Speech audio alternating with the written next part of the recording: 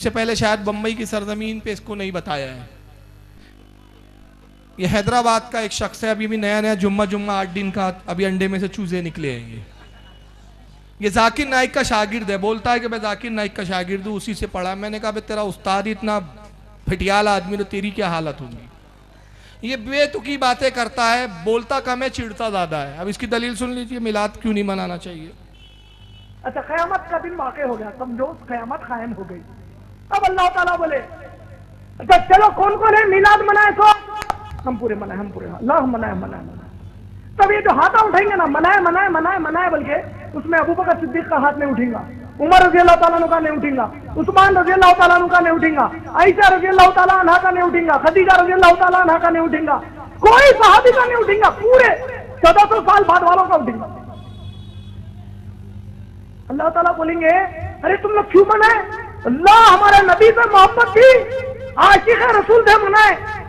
अच्छा ऐसा, अच्छा अबू बकर तुम क्यों नहीं मनाए, क्या है कि अल्लाह माफ कर दो, बोलेंगे क्या कर रहे तुम लोग। अल्लाह पलट के बोलेगा कमबख्तों, मेरे नबी के सहाबा जो नहीं किया वो तुम क्यों किए। अब इसका जवाब सुन ले। कयामत का दिन होगा, अल्लाह पूछेगा। अभी जाकिर नाइक बोला था मिलाद हदीस में नहीं है, ये कौन सी है रिवायत हदीस में है जो तू सुना रहा, अपने बाप की हलाली औलाद है तो हदीस बता दे मुझे। ये गढ़ रहा है। अल्लाह ताला कयामत का दिन होगा, पूछेगा कौन किस किसने मिलाद बनाया, तो यह इधर हाथ उठेगा, उधर हाथ उठेगा, इधर हाथ उठेगा। अबू बकर सिद्दीक का हाथ नहीं उठेगा क्योंकि उन्होंने मनाया नहीं, हज़रत उमर का नहीं। तो जाहिल से कोई पूछे कि रबी पैदा हुए ये हदीसें किसने बयान की, तुझ पर जिब्रील ने आके बताई कि साहबा ने बयान की।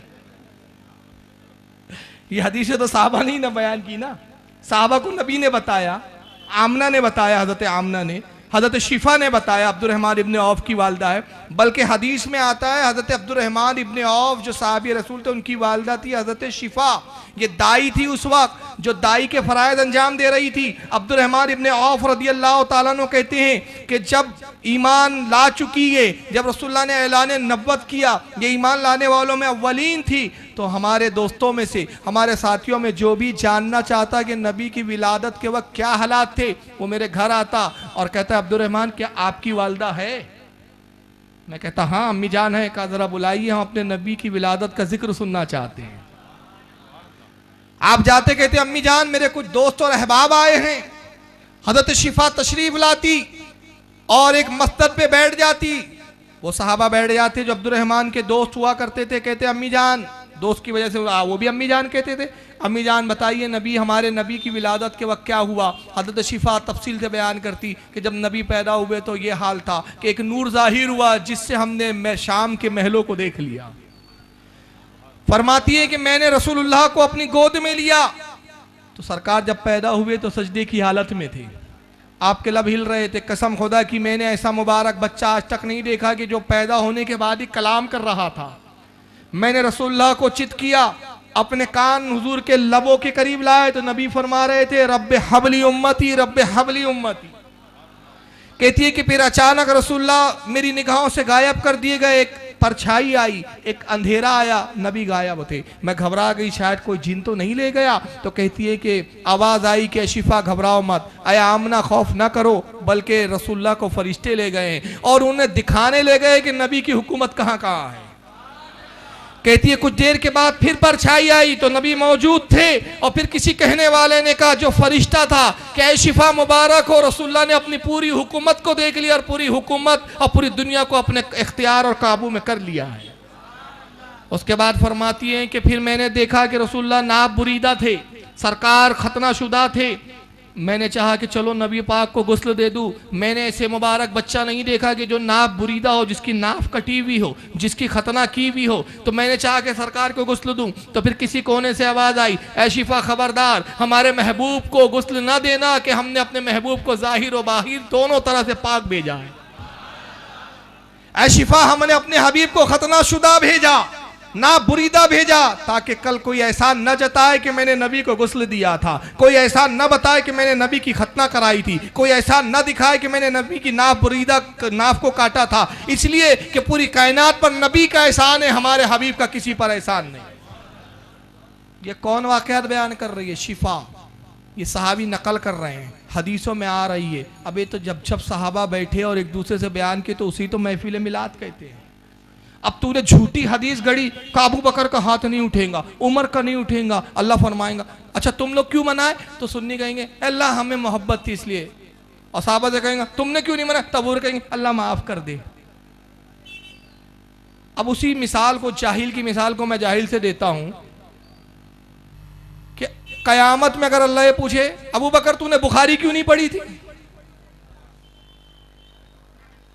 बुखारी किस किसने पढ़ी थी? तो सारे अहले हदीस खबीसों का हाथ उठेंगे, हमने पढ़ी थी, हमने पढ़ी थी, हमने पढ़ी थी। अबू बकर तुमने क्यों नहीं पढ़े थे? अल्लाह के नबी क्या करे, इमाम बुखारी पैदा नहीं हुए थे हमारे टाइम। तो तुम जो करो सब जायज, हम करे तो सब ना जायज। अल्लाह कहेगा अबू बकर है उमर तुमने दीन को खूब आम किया, तबलीग की, चिल्ला क्यों नहीं काटा 40 दिन का? मौला इस्माइल देहलवी गंगूही नहीं पैदा हुए थे उस वक्त।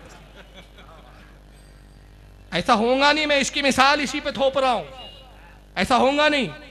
ये तो हदीस बता रहा है कम वक्त। कौन सी हदीस में पढ़ लिया बे?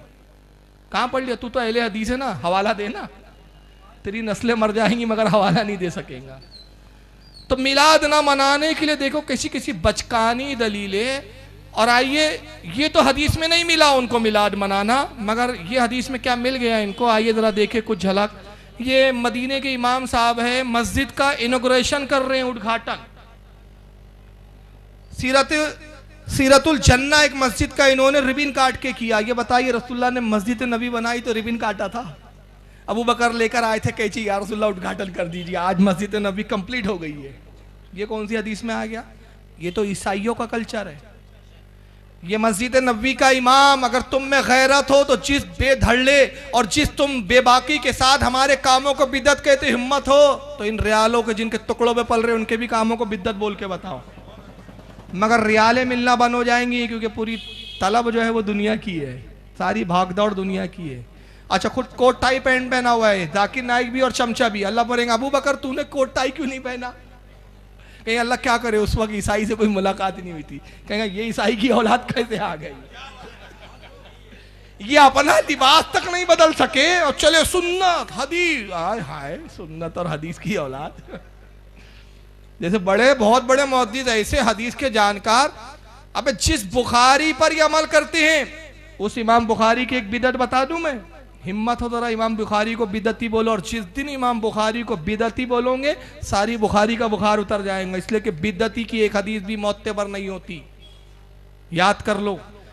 इमाम बुखारी की बिदत बताओ। इमाम बुखारी खुद फरमाते हैं, इमाम इब्ने हजर अस्कलानी ने फतहुल बारी शरहुल बुखारी में इसको नकल किया, कहते हैं कि मैंने जब हदीस लिखने का इरादा किया, रसूलुल्लाह की हदीसों को मैंने जमा किया तो 1,00,000 हदीसें जमा की, और फिर मैंने उसमें से हदीसों को खंगालना और छांटना शुरू किया तो 7,300 कुछ हदीसों का मैंने इंतखाब किया कि बुखारी में इन हदीसों को जगह दूं, बुखारी में इनको लिखूं। कहते मेरे लिखने का अंदाज ये था कि मैं इसके लिए हरम गया, हरम में मैं पहुंचा और मैं जब हदीस लिखना चाहता तो 2 पहले गुस्ल करता, कपड़े तब्दील करता, फिर हरम में आता, 2 रकात नमाज शुक्राना पढ़ता और सिर्फ 1 हदीस लिखता, फिर कलम रोक देता और दूसरी हदीस लिखने के लिए फिर घर जाता, फिर अपने क़यामगाह पर आता, फिर गुस्ल करता, फिर कपड़े तब्दील करता, फिर हरम में आता, फिर 2 रकात शुक्राना पढ़ता तो दूसरी हदीस लिखता। यानी 7,333 हदीसों के लिए 14,600 कुछ मरतबा उतनी तो रकातें पड़ी,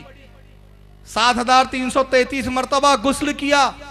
जरा ये अहले हदीस की औलाद मुझे बताए, क्या रसूलुल्लाह ने हुक्म दिया था कि जब मेरी हदीस लिखना तो गुस्ल करना, मेरी हदीस लिखना तो हरम में आना, 2 रकात नमाज शुक्राना पढ़ना, उसके बाद हदीस लिखना? तो इमाम बुखारी ने क्यों लिखा, ये क्यों किया, गुस्ल क्यों कर रहे हैं, वजू क्यों कर रहे हैं, नमाज क्यों पढ़ रहे हैं? इसलिए कि बता रहे हैं कि नबी की हदीस का एहतराम है। तो जिसके एहतराम के लिए मैं शुक्र की नमाज पढ़ रहा हूं, तो जिस तारीख को वो तशरीफ लाया उस दिन में शुक्र नहीं करोगे क्या? इमाम मालिक की बिदत बताऊं? इमाम मालिक है, हिम्मत हो तो जरा वहां फतवा लगा के बताओ। आपने अपनी कनीज से कहा है कनीज सुनो, जब भी कोई शख्स आए तो पूछ लिया करो कि हदीस सुनने आया है कि मसला पूछने आया है। कनीज जाती है, आने वाले शख्स आते हैं, कहते हैं इमाम मालिक है, कनीज कहती है क्या बात है, शख्स क्या काम है? वो शख्स कहता मुझे रसूल एक मसला पूछना है। कनीज उसको बिठाती, सामने जो आपके बैठक का एक रूम था मेहमानों का, इमाम मालिक के ख्वाबगाह में जाती है, सलाम करती, कहती आका एक शख्स आया है, कोई मसला जानना चाहता है। आप उठते, एक मिंबर था, मिंबर पे आते, कहते शख्स पूछ क्या मसला है। वो पूछता, आप जवाब दे देते। मगर आने वाला एक शख्स आता है, कहता है कि इमाम मालिक है। कनीज कहती है, क्या काम है शख्स? मुझे रसूलुल्लाह की एक हदीस सुनना है, मैं सरकार की हदीस सुनने आया हूँ। कनीज जाती, आका एक शख्स आए हैं, मैंने उनको बैठक रूम में बिठा दिया है, मेहमान के कमरे में बिठा दिया है, हुजूर हदीस सुनने आए। फरमाते बैठाओ मैं भी आता हूँ। आप गुस्ल करते हैं, कपड़े तब्दील करते हैं, उतनी देर में कनीज कुछ कोयलों को जलाकर रोशन करती है, आग जलाती है, फिर आपके वो मसनद के बाजू में लाके रख दिया जाता है। इमाम मालिक झुब्बा कुब्बा, उसके बाद इमामा, गुस्ल करके कपड़े तब्दील किए, इमामा बांधा, झुब्बा पहना, बड़ी शान से आते हैं और फिर उस आग के शोलों में कुछ ऊद डाला जाता है, कुछ लुभान डाला जाता है, पूरी मजलिस खुशबू से मुअत्तर होती है। फरमाते अब बता तुझे कौन सी हदीस सुनना है? ये हदीस रसूल का एहतराम है। मुझे बताओ क्या रसूलुल्लाह ने कहा जब भी मेरी कोई हदीस पढ़ना तो पहले ऊद जलाना, ऊद सिलगाना, गुसल करना, कपड़े बदलना, मसनद पे आना, फिर हदीस सुनाना? ये हदीसों में नहीं है। तो ये इमामों ने क्यों किया? अरे बल्कि मुस्नद अहमद में तो ये एक हदीस है कि आप ताज्जुब करोगे, ये खबीस पढ़ते कुछ नहीं है, धोखा देते हैं। फारूक आजम ने अपने ज़माने दौरे खिलाफत में एक सहाबी को मुतय्यन किया। उनका काम क्या था कि जैसे ही मगरिब की अजान होती वो नमाज के लिए आते और नमाज पढ़ने के बाद मस्जिद नबवी से सबसे पहले निकलते और रसूलुल्लाह के रोजे पर ऊद जलाते और पूरे रोजे रसूल को खुशबू से मुअत्तर कर देते थे। तो पूछा गया कि उमर आपने ये हुक्म क्यों दिया और ये सहाबी के लिए ये ड्यूटी क्यों लगा दी और उसके लिए उनको तनख्वाह दी जाती थी?